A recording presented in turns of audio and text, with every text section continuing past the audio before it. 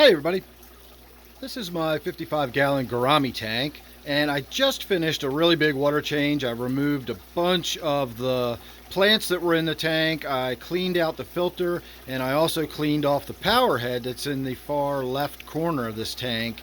And I thought it was a good opportunity to have a look at how the water actually circulates and flows around the tank while we can basically see it with all this stuff in the water. I know it looks terrible from a fish tank point of view, but it's invaluable from a point of view of trying to get an understanding of how the water circulates around our aquarium. So when you do a water change and you see all this stuff in your tank, it's probably a good idea to pay attention to what's going on and where the water's flowing.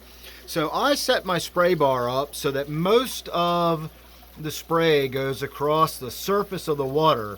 That flows towards the front of the tank, where it then hits the glass and flows downward, and you can see that happening pretty vigorously, and it carries the water all the way down to the bottom, and then it flows off to the left and it flows off to the right. And in the meantime, I've got a little bit of surface agitation, not a ton. It's not actually breaking the surface. I'm not getting any bubbles in that sense, but I am getting a lot of ripples and a lot of movement across the surface, so it serves for some decent amount of surface agitation without really disturbing the surface too much, which I don't like. I don't like that splashy bubbly sound in my aquariums very much.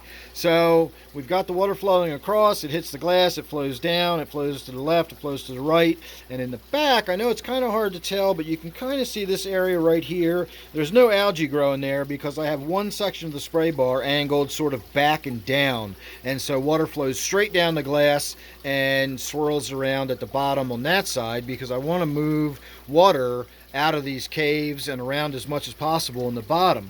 As we get down to this end of the tank, I've got a 425 gallon per hour power head, and I know it's kind of hard to see through all the stuff, but you can see how the stuff gets down there in the back corner, and then it just blows it right across the back and the bottom. And that, of course, takes it down into this corner, which is where my filter pickup is, and that's why I've got it set up this way. I've got the movement back here, moving it down and swirling it around. Of course, I got the movement up here, coming down and swirling it around, and then anything that drifts down to this end of the tank gets caught up in that and blown right back down, and it keeps the stuff off the bottom for the most part, and the tank stays fairly clean. It gets all sort of herded down to where my filter head is.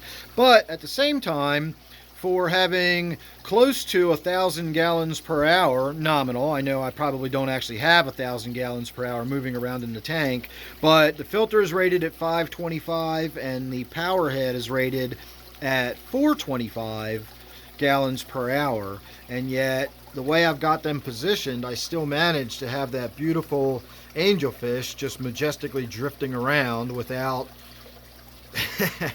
getting caught up in the current, unless of course it does something like that, which I do see it do from time to time. Angelfishes are not afraid of getting in the current. They just don't like a tank that has a lot of it all the time. In fact, when I have bubbles in the tank, a lot of times the angelfish will almost seem like it's playing in the bubbles. So they do like a little bit of water movement and current, but at the same time, if this tank was a really vigorous flow moving around in it, that angelfish would probably not be happy, and those fins would probably not be nearly as elaborate as that. So we'll get some more video of the angelfish once the tank gets a little bit more cleaned up.